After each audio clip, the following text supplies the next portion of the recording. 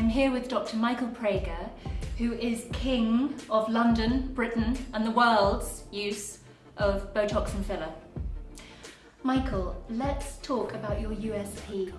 The natural look has always been my trademark because I like it for myself, and I'd like to look my patients natural because over the years treatments have become better, but they used to be quite in your face, really. So in your face, movable face. Natural look is better. In the past there was a lot of things that didn't work out so well, but it's getting better, yeah. Now your thing is lower face Botox, isn't it? The lower face was traditionally overlooked, so many people used to only look and inject into the upper face, forehead, and that got us all the criticism. So now we look into the face as a whole. And you're actually the biggest user, aren't you, of Botox here, anywhere, possibly on the planet? More than likely. I think I use the most Botox in a single hand, more than anybody else, so people say. Which is odd because of your natural look thing.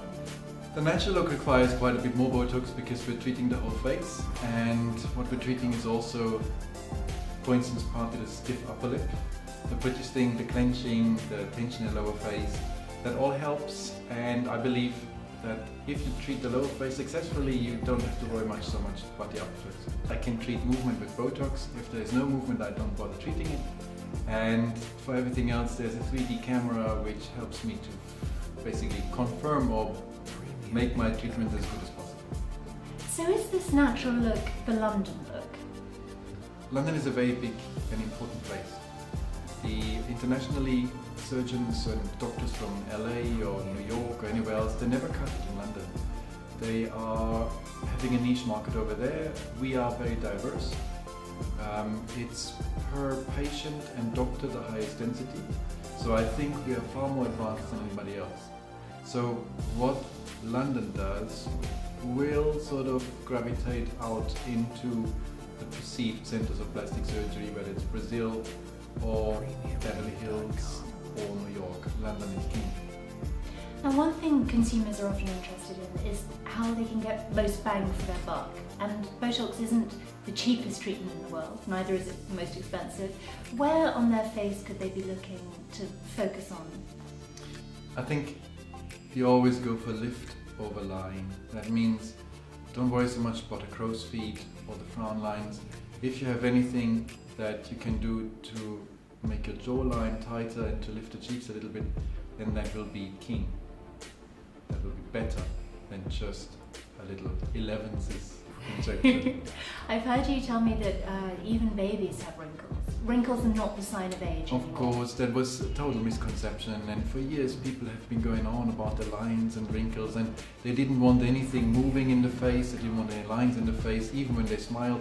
Now we've got a 2-year-old, he's got plenty of lines in his face when he smiles, and he doesn't look a day over. No, and it's So expression, isn't it? Which it's natural. can only be a good thing. It's natural and it's necessary. Only movie stars like no lines because on camera everything is enhanced, but in natural life you have to look good, you will have some lines. Yes.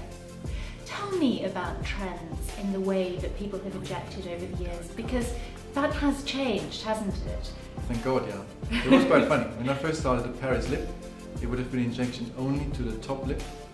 No one ever thought about the bottom lip, and it made people look ridiculous. So that's where a lot of the caricature comes from now. We're still sort of having to try and rectify that image. The biggest problem is the crow's feet. First and worst area for Botox, because there was nothing else that would take away the lines, and people got too obsessed, and it was the wrong people requesting treatment, the wrong people giving treatment. And so crow's feet with Botox is a no-no. Then there was the big cheek injection, together with a Botox, the abundant Botox in the crow's feet was a big mistake because people used to have these big saggy cheeks.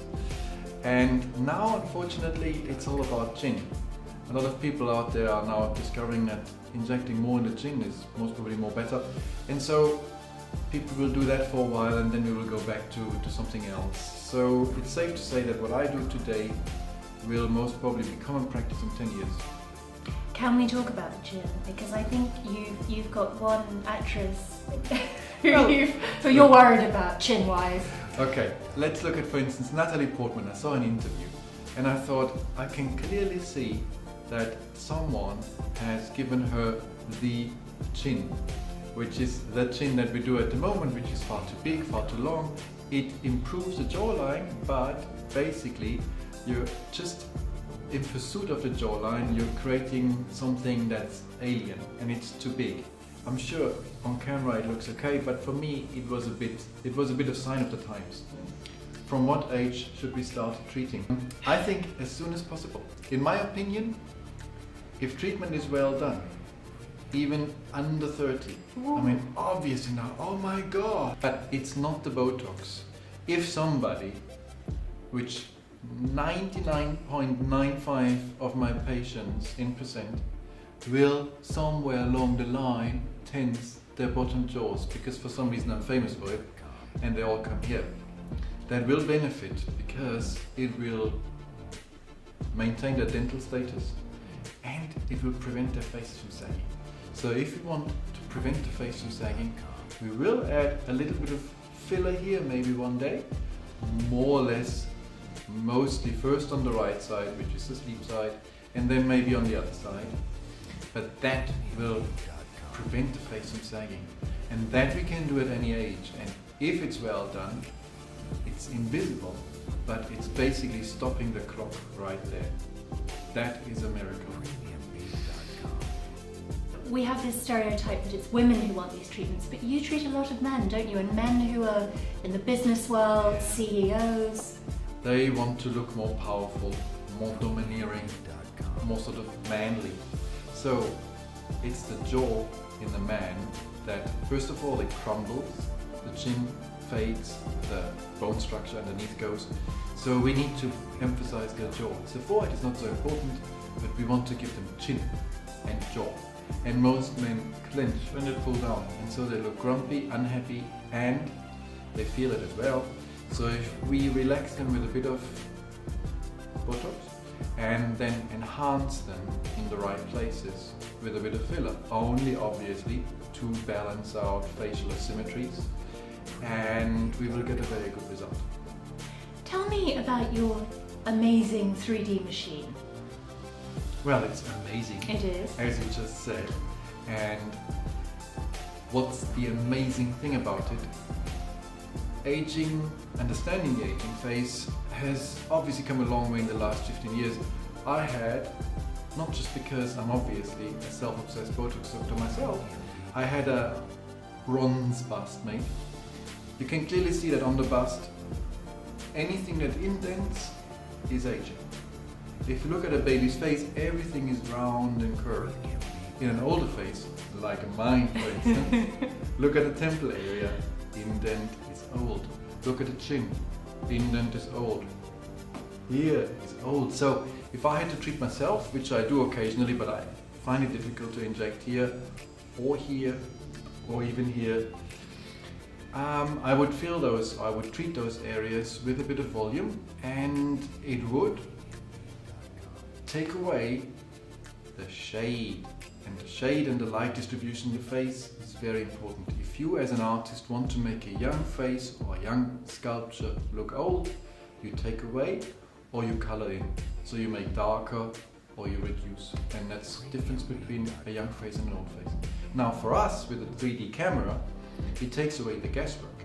I can see on the screen where is indent, where can I safely put some volume, and thereby creating a younger looking face, which often we can't understand what's the difference, because our mind is so quick and so ingenious in split-second decision. You look good, you look old, you look alright. It helps the patient to see what I've done. Once they understand what I'm trying to do, the process is a lot more easy, because when somebody comes along and they ask themselves, why on earth is he injecting here? Then if there is a picture and if there is a intellectual sort of grasp on it, it's much easier to follow through. Overall, the products have become a lot more conducive to a natural result, so we can put a product in without making it too swollen, too big. And big lips is not an accident. If you see somebody on the street who has a very big lip, then either they just had it done or that's what they want. But you don't just get injected and all of a sudden your lips get bigger.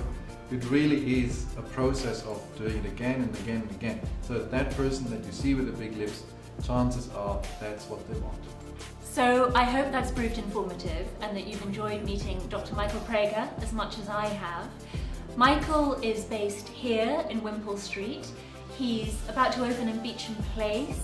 He operates in Dubai. He's basically omniscient and touring the planet.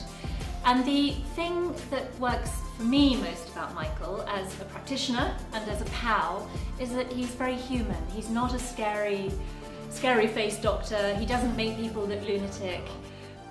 I think he's someone that you can put your faith in and put your face in.